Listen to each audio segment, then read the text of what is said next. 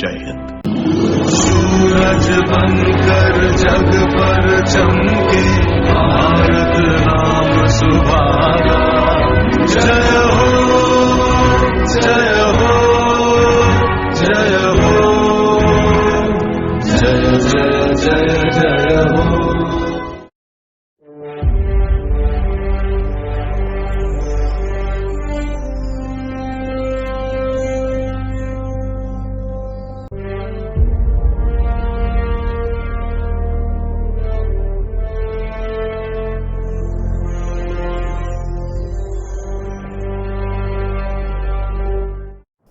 हालांकि लोग plane crash theory को सच मानते हैं, पर नेताजी के परिवार के कई लोग, जिनमें उनकी दिवंगत पत्नी एमिली शेंकल और उनके बड़े भाई शरत और सुरेश और उनके बेटे बेटियां, और ऐसे बहुत सारे लोग हैं जो मानते हैं कि प्लेन क्रैश में नेताजी की मौत नहीं हुई थी। कुछ लोग मानते हैं कि वो रशिया चले गए थे, वहाँ उन्हें बंदी बनाया गया था, उन पर टॉर्चर किया गया और उनकी हत्या की गई। परंतु जो साक्ष्य मिले हैं वे ये बताते हैं कि उस झूठे प्लेन क्रैश के बाद नेताजी सुभाष चंद्र बोस रशिया चले गए। वहाँ वो साइबेरिया में स्टालिन के शिविर में कुछ दिन रहे और फिर सन 1950 में वो चीन और फिर तिब्बत चले गए। वहाँ उन्हें योग साधना, तंत्र साधना, आध्यात्म का अभ्यास करने का मौका मिला। फिर संन्यास लेकर यानी सन्यासी बनकर महादेव मिश्रा नाम के किसी आदमी की मदद से नेपाल के रास्ते होते हुए भारत लौट आए। उस रहस्यमयी बूढ़े की बात करते हैं जिनके कई नाम थे, पर्दे वाले बाबा, अनाम संत, भगवान जी या फिर गुमनामी बाबा। अब कुछ लोगों के मन में ये सवाल जरूर आ रहा होगा कि एक कर्मवीर, प्रतापशाली, सक्रिय राजनीति करने वाला इंसान अचानक कैसे एक भगवान से डरने वाला गुमसुम सा शांत सन्यासी बन सकता है। कैसे का जवाब है बस अचानक ही, बिल्कुल वैसे ही जैसे एक सूट बूट पहना हुआ अफ्रीकी मूल निवासियों के बारे में भला बुरा बोलने वाला अचानक से सफ़ेद खादी पहनकर महात्मा बन जाता है। खैर, नेताजी में यह बदलाव अचानक से नहीं आया था, पहले से ही उनमें धर्म के प्रति झुकाव था। वेद, उपनिषद, धर्म ग्रंथों में लिखी बातें जुबानी याद थी। दुर्गा काली की पूजा किया करते थे, नियमित योग करते थे। जब रॉ एवं विदेश मंत्रालय के पूर्व सरकारी इंटेलिजेंस ऑफिसर्स मशहूर र्यूमेटोलॉजिस्ट राहुल राम से मिलने गए थे, तो राहुल राम ने उन्हें बताया कि एक सोवियत अफसर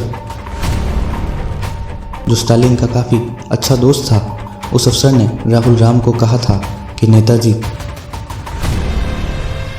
सुभाष चंद्र बोस 1945 में मंचूरिया से रशिया चले गए थे।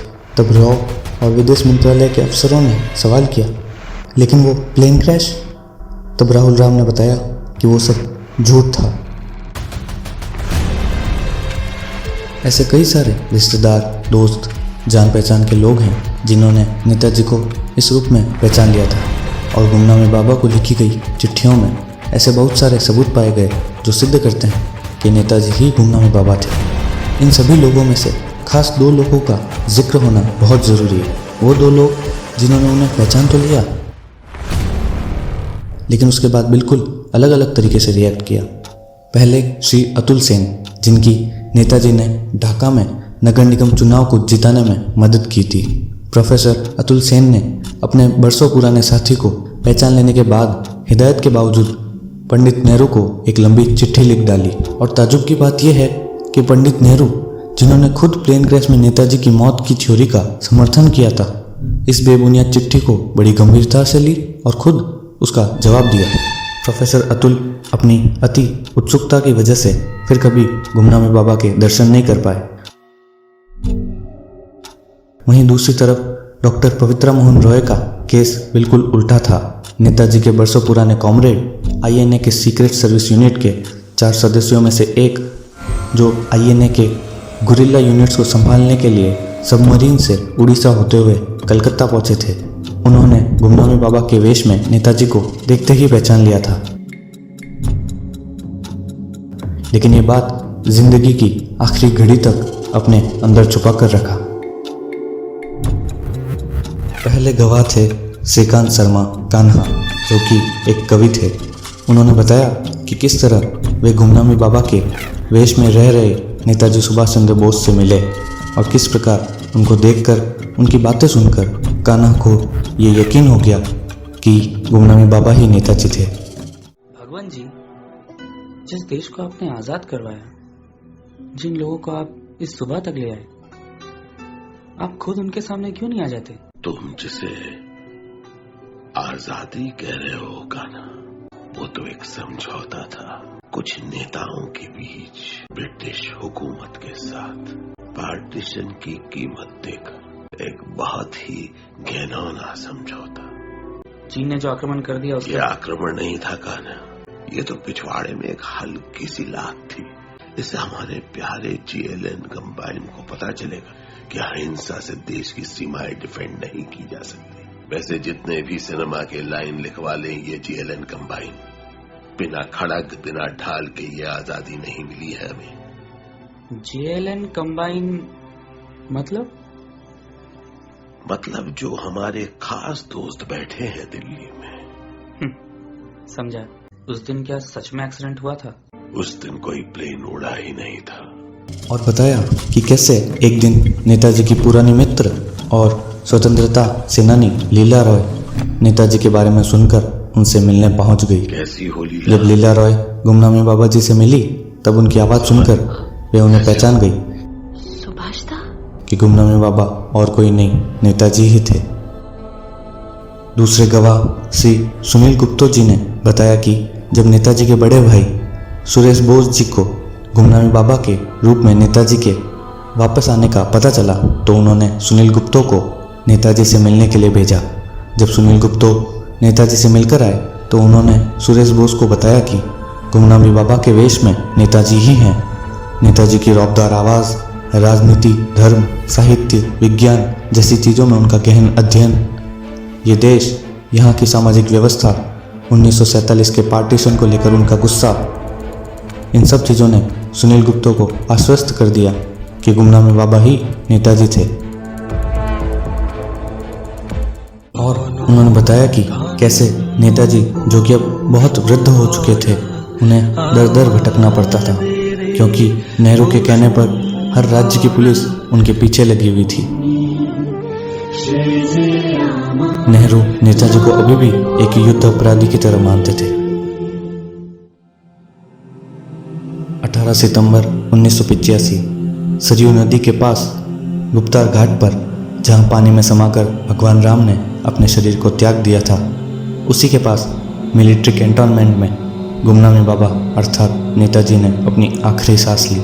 लोगों के मन में कई सवाल तब भी थे और आज भी है कि एक सामान्य साधु का अंतिम संस्कार मिलिट्री कैंप में क्यों हुआ, वगैरह वगैरह। परंतु लोग इस सवाल में उलझ जाते हैं, जबकि इसका जवाब बहुत आसान है कि वो कोई आम साधु नहीं थे, वो एक बहादुर योद्धा थे, भारत की सबसे महान संतानों में से एक।